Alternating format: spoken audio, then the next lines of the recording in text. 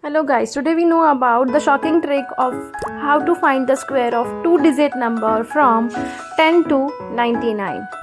Now this is a very easy trick to find the square of two-digit number. Okay, we can find only in the 2 minutes. Just if we want to find the square of 12. So we first write the square of 1 in two-digit format, that is 01. Then we found the square of 2. It is also right in the two-digit format, that is 04.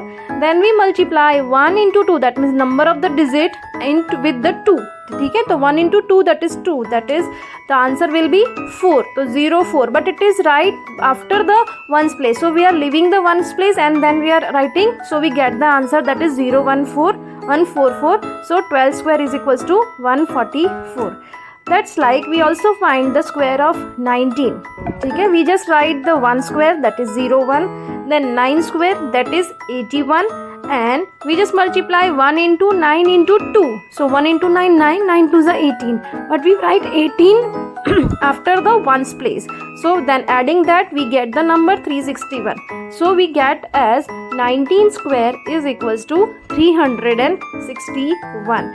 So by this trick we can find out the squares of any two-digit number, that is from 10 to 99. If you like, share and subscribe. Thank you.